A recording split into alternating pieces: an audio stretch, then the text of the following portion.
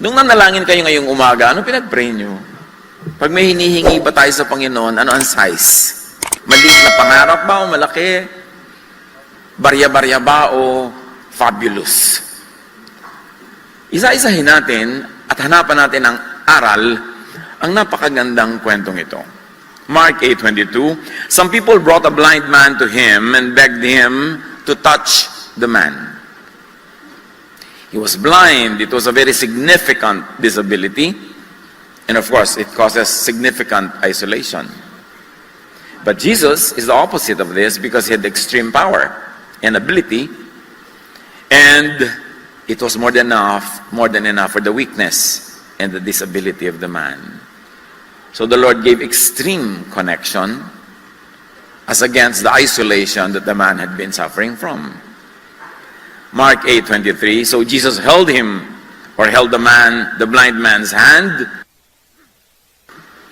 and led him out of the village. So Jesus touched the man, hand in hand, he led the man away from the crowd. This was the style of Jesus. He did not want to be a show. He did not want to be a circus.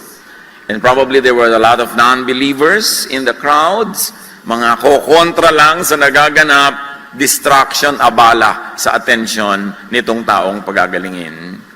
So hand in hand, he led the man into his very private space. Sila lang ang napag-isa. He led the man into his very private audience, into his very private and personal revelation, into Jesus' inner sanctum. Para rin yung sinasabi niya sa kanyang turo ng pagdarasal, go to your room, close the door, and pray to your Father in secret. May nagaganap pag tayo na pag-iisa kasama ni Jesus. To heal and to know Jesus, have personal, private time and space with Him. What we do together, we worship together, we learn together, we fellowship together, that is very beautiful and powerful, but that should be balanced by alone time with the Lord. Hindi dapat laging maraming tao. Hindi dapat laging maraming kasama. May panahon na nag-uulayaw kayo ng Panginoon mag-isa. Develop a very personal spirituality. Huwag iasa sa lahat ng Bible study teacher ang pag-aaral. Huwag iasa sa lahat ng preacher ang pagninilay-nilay sa mga karunungan na ibinibigay ng Diyos. Huwag iasa sa lahat ng tao ang pagdarasal para sa iyo. Kailangan meron kang personal na ugnayan sa Diyos. Maganda na sana ang pagkakataon para ipakita ni Jesus ang kapangyarihan niya sa lahat, pero minarapat niyang mapag-isa kasama ang bulag na ito. Marapat bigyan din natin ang ating sarili ng pagkakataon na mapag-isa kasama ang Panginoon. Huwag pababayaan yung personal quiet time bago magsimula ang inyong araw o bago ito matapos, at mas maganda, parehong meron. Mark 8:23, then he spit on the man's eyes. He laid his hands on him and asked, can you see now? So there was this saliva from Jesus' mouth into the man's eyes. And then there was the laying on of hands. How personally connected could anyone get? This was very, very personal. Mark 8:24. The man looked up and said, yes, I see people. They look like trees walking around. But we all know na walang ibang tao. So yung tao, matapos lagyan ni Jesus ng laway niya doon sa mata at hipuin yung mata at pinadilat, may vision, pero partial, wanting, kulang. At kung titingnan natin yung katumbas niyan sa spirituality natin, yes, meron na tayong touch from the Lord. Yes, meron na tayong dealing from the Lord. Yung kumbaga saliva from His mouth, we eat His words. Pero may kulang. Partial yung understanding, wanting, blurred. So, kailangan may mangyari pa. Sa ophthalmology, ang tawag nila dito, agnosia. When a blind patient first receives vision, light and movement and color are all mixed up and seemingly meaningless. Just a blur. So kahit ang modern ophthalmology will give us a hint kung ano yung nangyayari doon sa tao na yon. Partial vision. Pero ang mahalaga nating tunghayan, yung spiritual application. Marami sa mga tao, partial pa rin ang vision. Partial pa rin ang pagkakilala sa Panginoon. Partial lahat. Wala kalahati. But the one half vision is one whole nonsense. Tulad nung pananaw ng tao ito, dapat po, pwede konti-konti lang. Dahil si Jesus ang nagpapagaling sa kanya. So, the patient tells his healer. The patient confesses his real situation. Naranasan nyo na ba na tinatanong kayo ng doktor ko, kumuti na po ba pakiramdam nyo? Pero dahil naman naaawa ka sa doktor na sabihin, hindi, walang tala pang ginawa niya. O nahihiya ka pang aminin na hindi siya effective sa'yo. Ako, doktor, bumuti-buti. Dahil bumuti-buti ka na, o di, tama na, uwian na. Itong lalaki ito, nagtapat. Pero po ako nakakita ng mga taong nagkakalawan na mga mukhang puno. Kumalaman ko tao ba sila, pupuno sila. So the seeker actually asks for more healing by revealing the situation. He's asking big. Kaya tayo makapagin sa spirito. Pwede mo sa pagod. Pwede may nabibihan na. May natutunan ako. May nalaman ako. No? Yan, kulang. At dahil kulang, hindi kulang. Pero ang mahalaga, ipagtapat. Kailangan ipagtapat mo sa Panginoon kung nasang ka. Kung anong kulang, nakukulangan ka ba para gawan niya ng Mark 8:25. Again, Jesus laid his hands on the man's eyes, and the man opened them wide. Nagtulungan na ngayon. Dinampian ni Jesus ang kamay niya, ang mga mata, at yun namang lalaki, sinikap niya magtumilat. Siguro, bakit pa lang siya kanina, pagpungay-pungay, pero dahil hindi effective, nandilat siya. His eyes were healed. He was able to see everything clearly. The man asked for more. Jesus does more, gives more. The man also does more by opening his eyes wide open. The giving gets completed. Think of that, brothers and sisters, in spiritual terms. When you tell the Lord, Lord, I want to see you more here. I want to know more. I want to grow more. I want to be more like you. Tapos hihipuin ka pa niya, tuturuan ka pa niya, at ikaw naman, itilatin mo pa yung mata mo, gagawa ka ng paraan para mas makakita ka, and the blessing is delivered. Do more if you want more. Kontento na ba tayo sa ating spirituality, sa ating pananampalataya, sa pagiging effective ng ating mga dalangin, sa pagtugon ng Panginoon sa ating mga dalangin? Kung may kulang, sabihin niyo, Lord, konti pa lang, dagdagan natin. Ito ako, ditilata ko pa yung mata ko. Dadamihan ko pa ng oras sa pag-aaral, ng panalangin, ng mga gawaing makakapagpalago sa atin spiritually. And of course, you can also apply that academically, professionally. Kung saan kayo kulang, kailangan ng dilat na pa.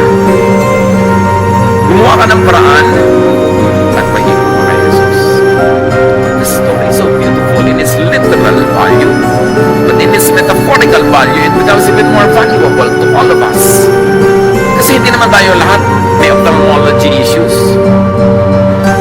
Hindi naman tayo lahat kulang physically. Hindi naman tayo lahat ay mayroong mga kakulangan o agnosia. Pero spiritually, maaari na tayo kulang. Stretch the meaning of the story. Make it very true in your personal life. And then Mark 8:26, after the man had been healed completely, Jesus told him to go home. He said, don't go into the town. At nabulag eh. Obviously, hindi naman siya blind at birth. Kasi sabi niya, I see people who are moving like trees. Therefore, he had an idea how people and trees look like. So dati siya nakakita na bulag siya. Kaya sobrang sa alak.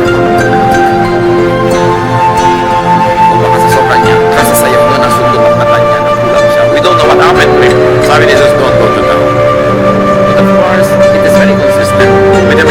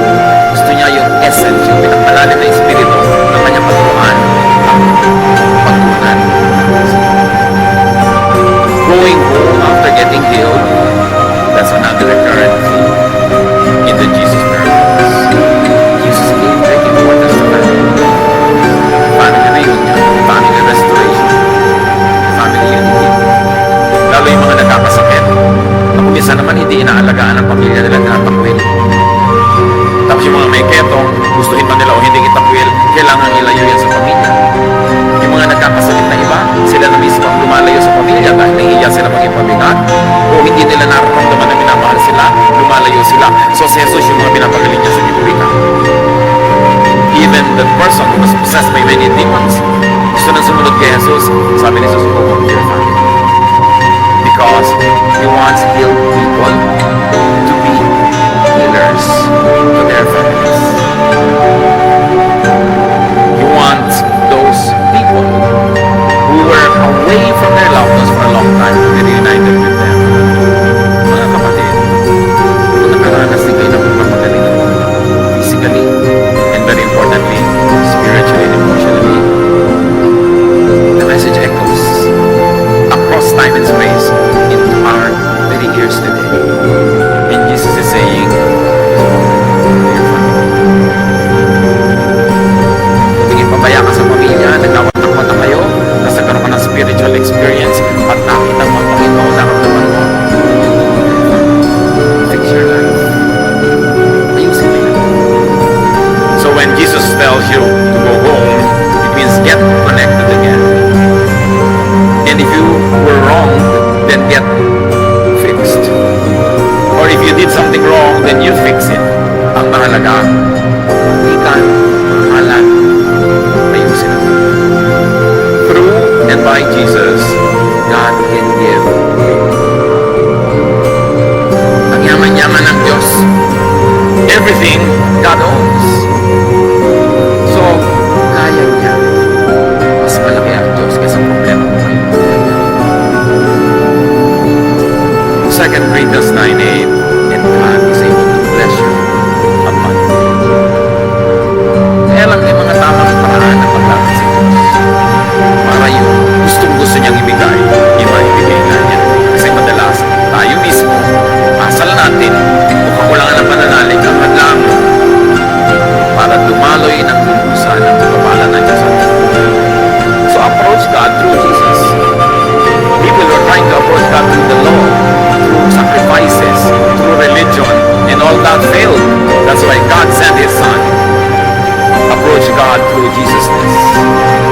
And the best highway to God is kindness to others. You want God to listen to your prayers, to grant your big requests. Initiate the relationship. Be kind to others. Natatandaan nyo yung sinasabi ng Panginoon, come, enjoy the inheritance that the Father has prepared for you before the beginning of time. Sabi niya, because I was hungry, you fed me. I was sick, you took care of me. I was in prison, you visited me. Ang tunay na ibig sabihin ng righteousness in the New Testament, in the Jesus context, righteousness is not abiding by religious law. Righteousness is not moral 100% purity. Righteousness to Jesus is kindness to others. And when you are kind to people, you are in the right path and you can ask big.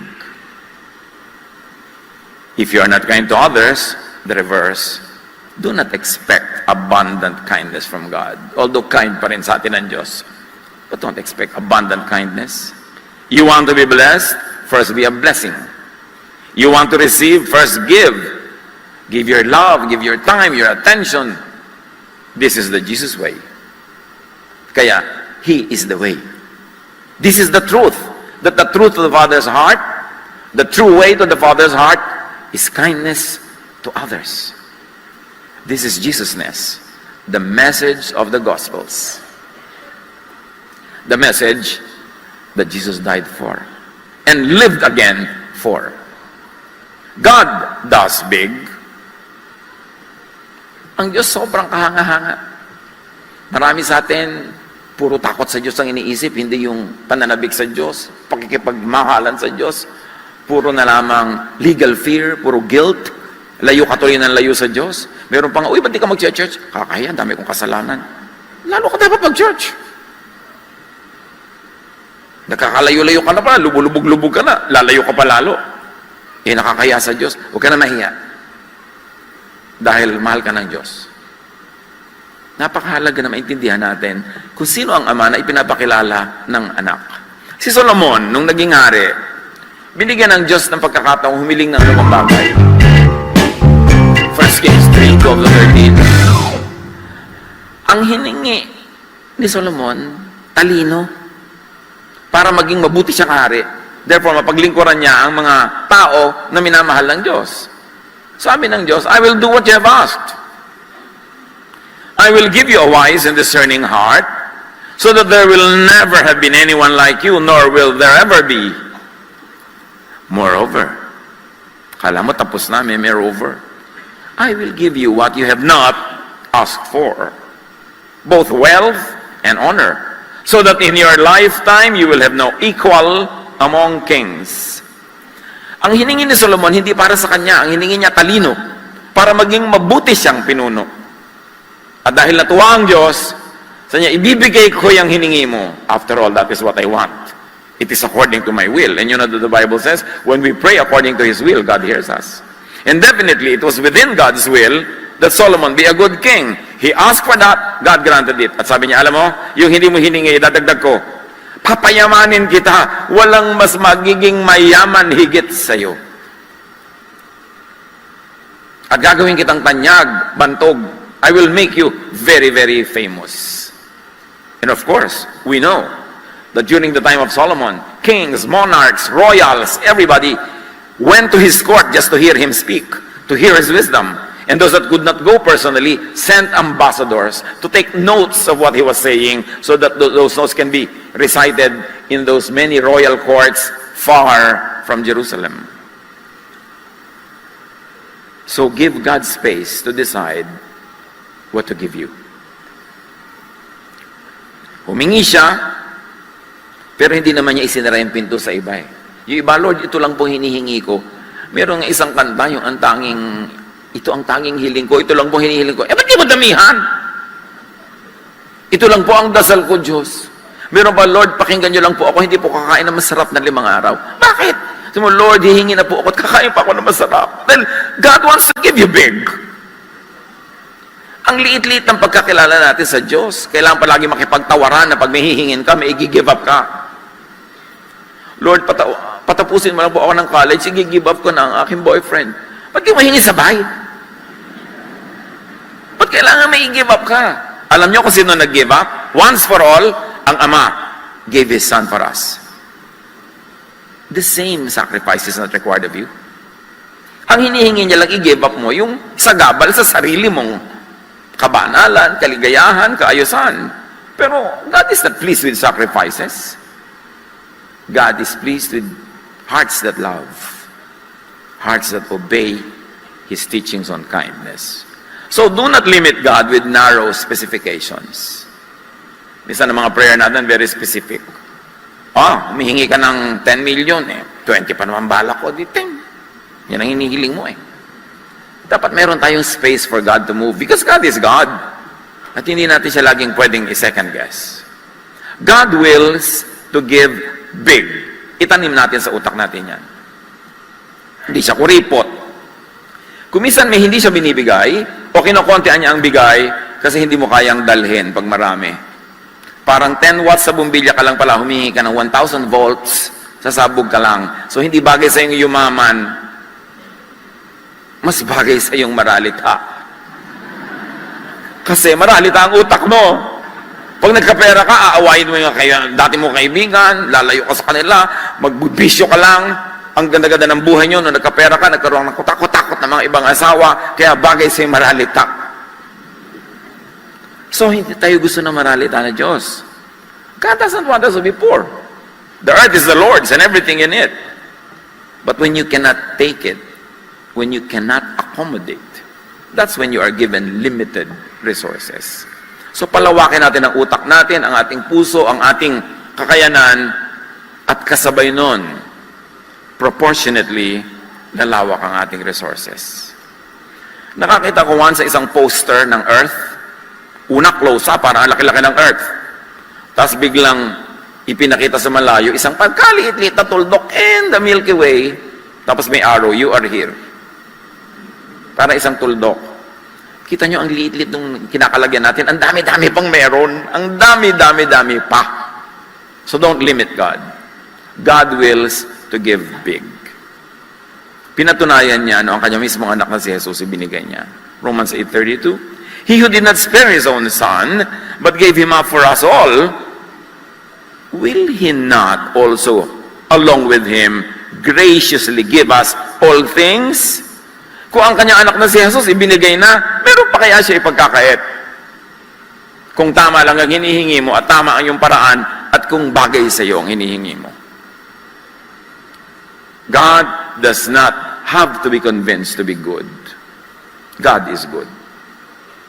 Begin from that note that God is good, God is rich, and God likes to give you big. Psalm 31:19, how abundant are the good things that you have stored up for those who fear you, that you bestow in the sight of all on those who take refuge in you. So yung mga sumisilong sa Panginoon, yung mga sumusunod sa Kanya, in full view of everybody else, God favors very specially. Kaya ang sinasabi sa Psalm 23, you set a table before me in the presence of my enemies.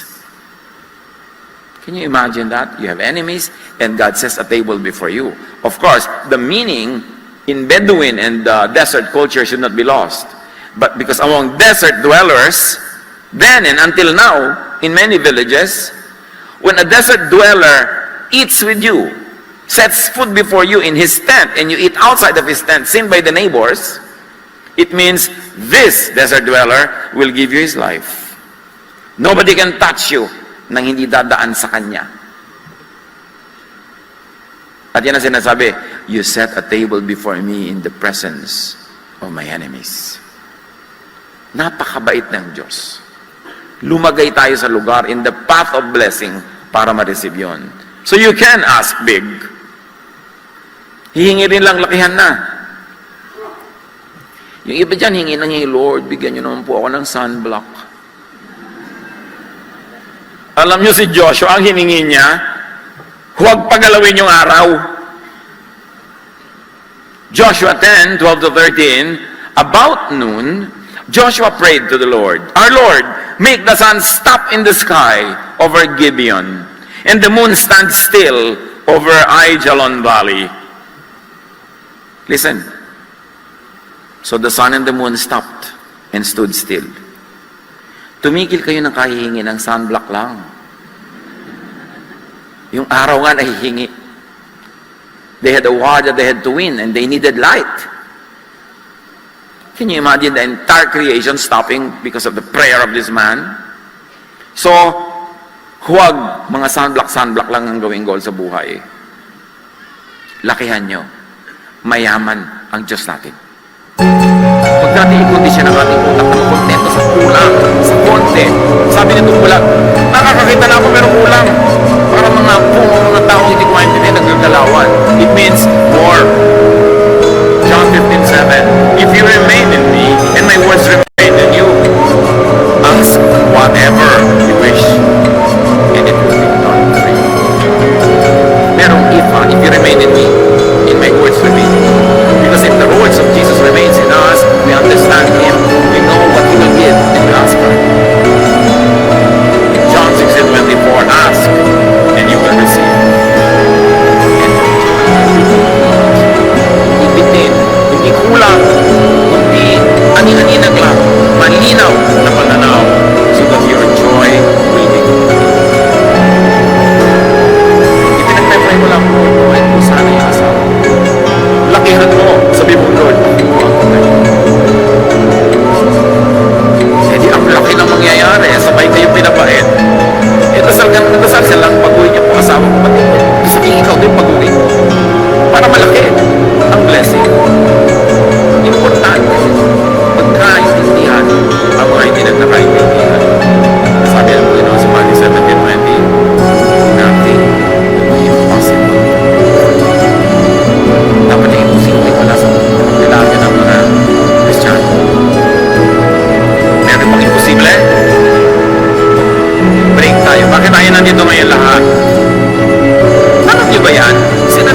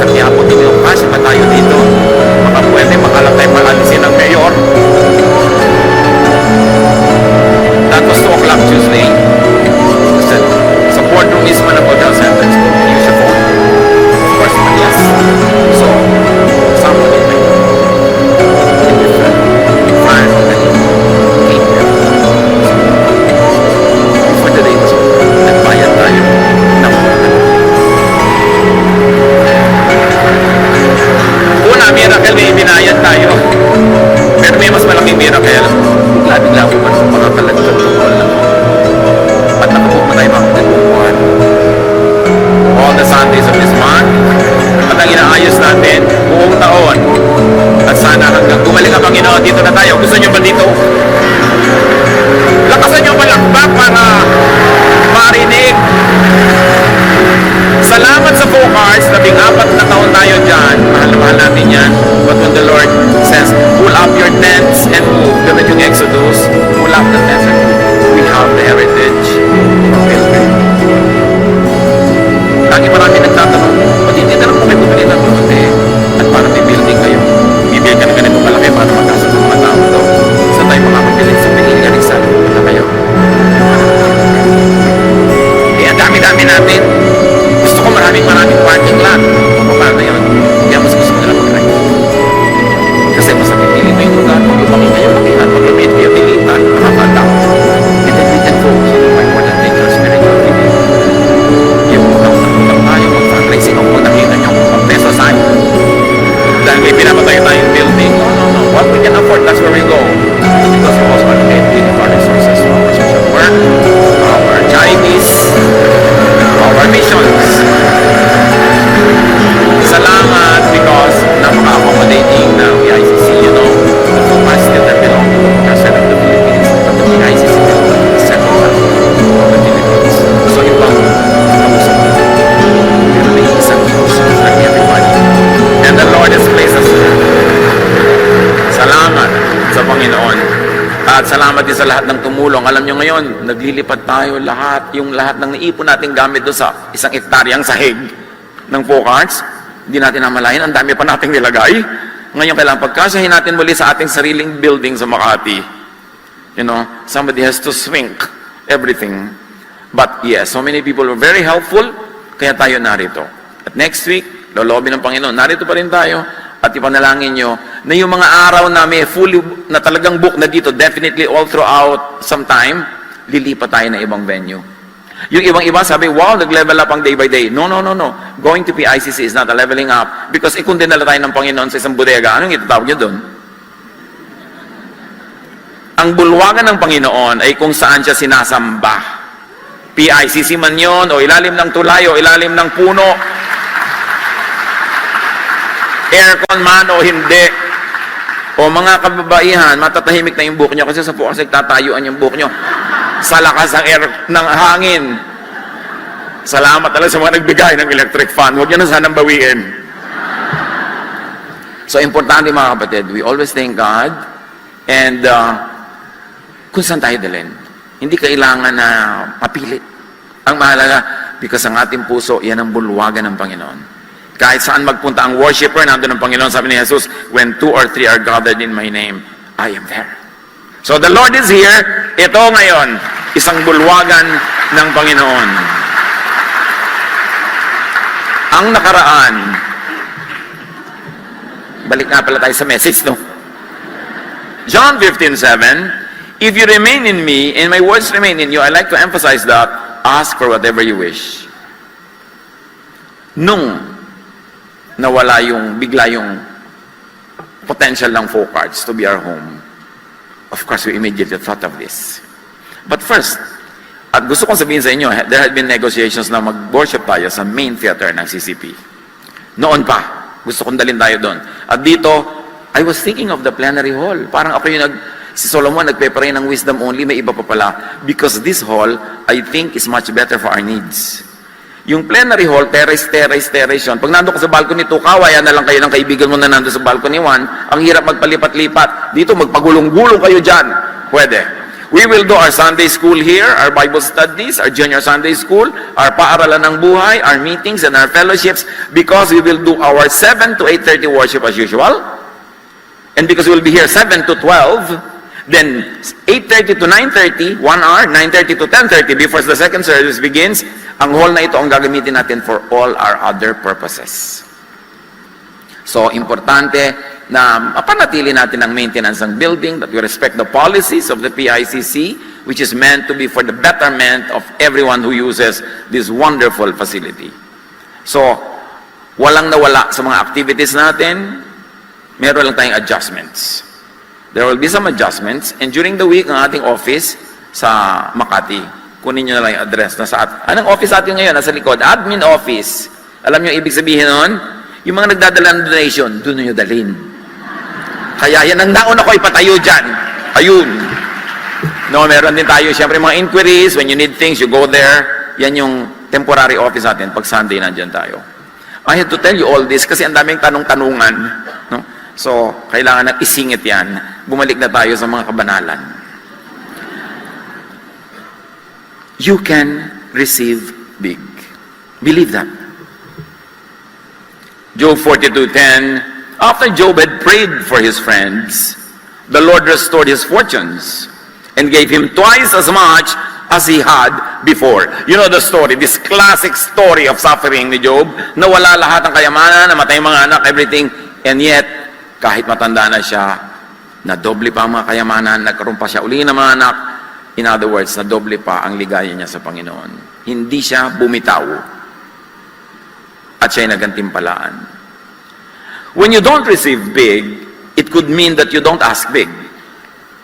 James 4:2, you do not have because you do not ask God. At siyempre may kasunod yan, which is not our topic now. When you don't receive big, it could mean that you don't believe big. Because as much as you believe, that is what you will receive. James 1:6-8, subalit ang humihingi ay dapat magtiwala sa Diyos at huwag mag-alinlangan. Sapagkat ang nag-aalinlangan ay parang alon sa dagat na itinataboy ng hangin kahit saan. Huwag mag-alinlangan. Huwag umasang tatanggap ng anuman mula sa Panginoon ang taong pabago-bago ng isip at di alam kung ano talaga ang nais niya. So again, it's in your mind. Focus on it. Believe in it.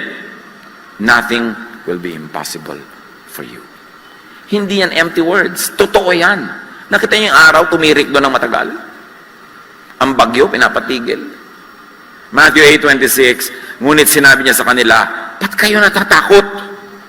Napakaliit naman ang inyong pananampalataya. Bumangon siya, pinatigil ang hangin at ang mga alon, at bumuti ang panahon. Anong alon sa buhay niyo ngayon ang kinatatakutan niyo?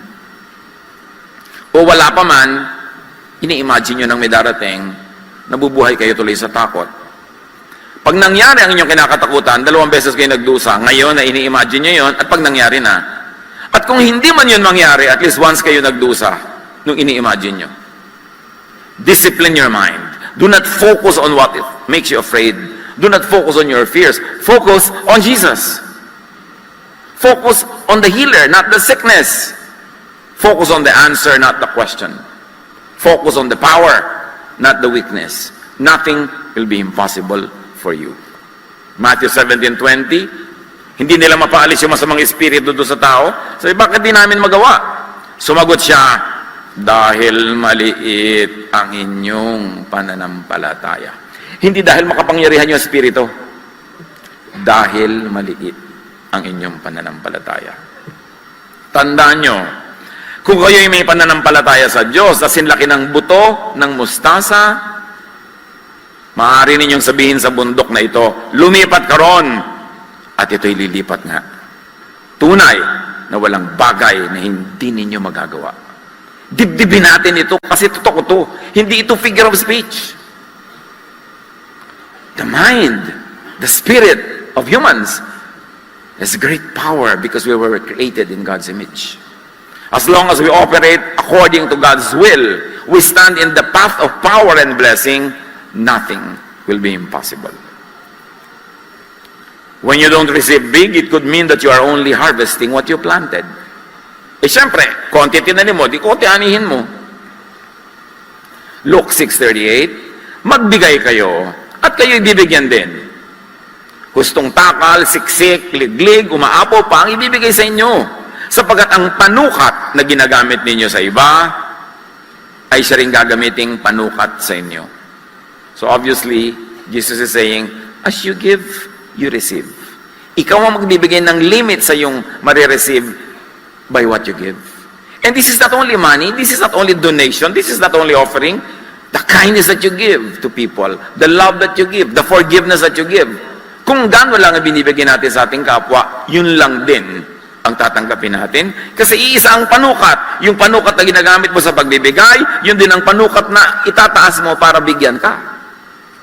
Gusto mong marami kang ma-receive, bigyan mo marami. And it's not only for church donations. Kindness to people especially. Love, forgiveness, acceptance, and you will receive it in equal amount. 2 Corinthians 9:6, ito ang ibig kong sabihin. Ang nagtatanim ng kakaunti ay aani ng kakaunti. At ang nagtatanim ng marami ay aani rin ng marami. Kaya na sa pag-aaral, sa pagnenegosyo, sa paghahanap buhay, totoo yung universal truth behind this verse. Proverbs 11:24, ang taong mapagbigay ay lalong yumayaman, ngunit naghihirap ang tikom ang mga kamay. The wonder of spirituality is this: you keep what you give away, and you lose what you selfishly keep. Doon nagbabalance ang lahat sa para mga kabalintunaan, sa mga ironies at mga magkakabaligtad na pagpepresenta ng mga ideya na bubuo. Like, the beginning is the end.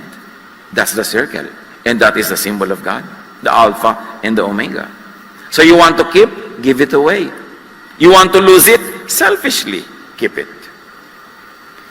When we don't receive big, it could mean that you're only receiving what you believe you could and you would receive.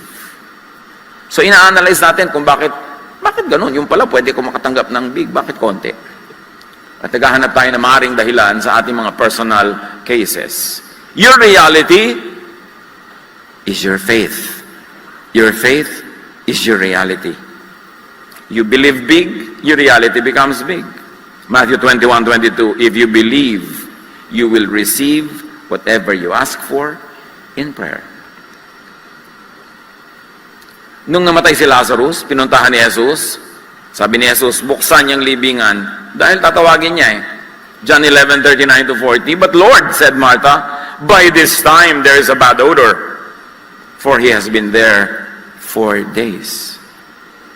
Then Jesus said, did I not tell you that if you believe, you will see the glory of God? Huwag niyo pong buksan ang libingan, 4 na araw nang nakalibing, may amoy na. Sabi ni Jesus, di ba sinabi ko sa iyo, kung naniniwala ka, makikita mo ang luwalhati ng Diyos. When you don't receive big, it could mean also that you are being taught a lesson. Maybe you're being taught some virtue, like patience, that would be very useful in some very big future project.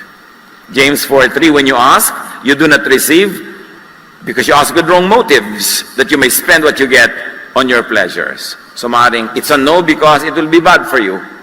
Or maybe it's a no because you're being taught a virtue.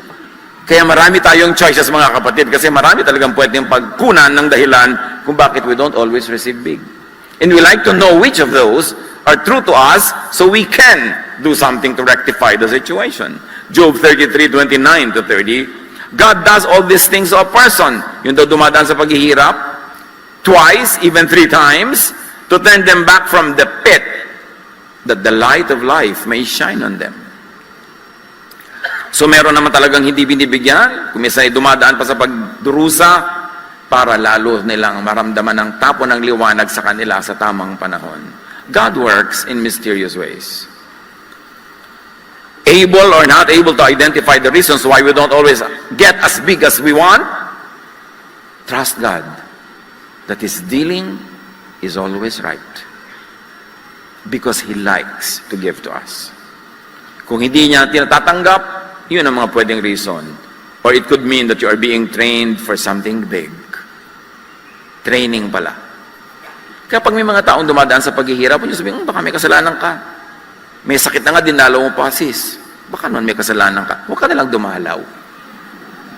Para kang visitor from hell. Naghihirap na yung mga tao, usigin mo pa. Hindi mo alam kung yun ba isang trial, yun ba isang training, o kung ano man yun, hindi mo alam, so shut up.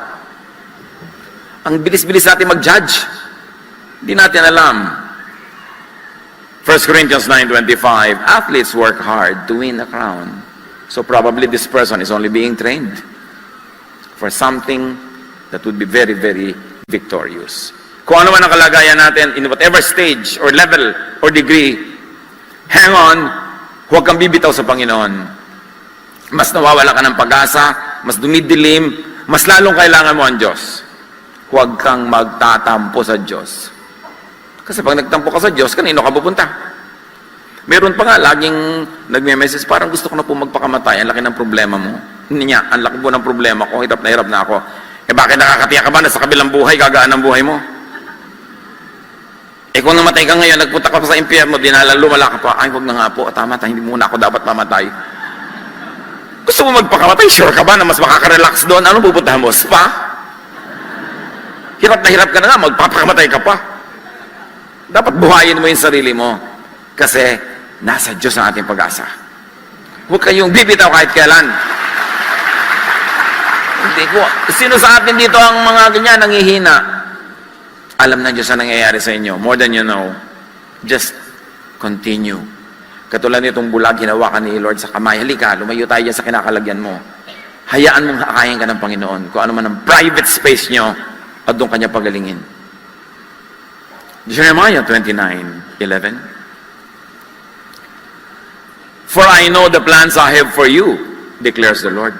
Plans to prosper you, not to harm you, plans to give you hope and a future. Focus on that. Kahit ngayon parang hopeless, ang plano para sa iyo ng Diyos is hope and a future. It will never be permanent, whatever suffering you are in, whatever difficulty, dahil hindi yan ang plano ng Diyos para sa iyo. 1 Corinthians 2:9, but as the scriptures say, no one has ever seen, no one has ever heard, no one has ever imagined what God has prepared for those who love Him. Hindi pa sumagi sa guni-guni ninyo kung gaano kahiwaga, gaano kadakila, gaano kaganda ang gustong ibigay sa inyo ng Diyos. Buksan ang mata, pandilatin, tulad noong bulag. Minsan may blessing hindi natin makita kasi ay mo idilat yung mata mo. You choose only what to focus on. You have selective memory, selective attention, but open your eyes wide to see the glory of God. Asking big and receiving big are governed by profound laws. Dalawa lang yon. Believe big, give big. Sabi sa Malachi 3:10, and of course the application is not only to material and financial offerings, but to everything in our lives. Bring the whole tithe into the storehouse, so that there may be food in my house. Test me in this, sabi ng Lord, and see if I will not throw open the floodgates of heaven and pour out so much blessings that there will be not room enough to store it.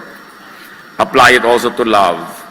Give full love to your spouse. Asawa mo na yan eh, kulang-kulang mo pamahalin. Bigyan mo todo.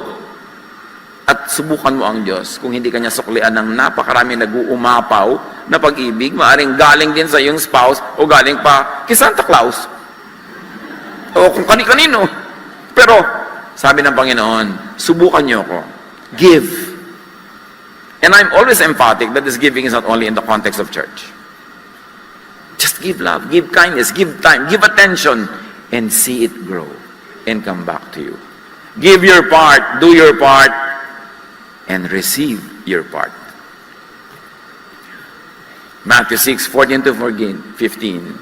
For if you forgive others for the wrongs they do to you, your Father in heaven will forgive you.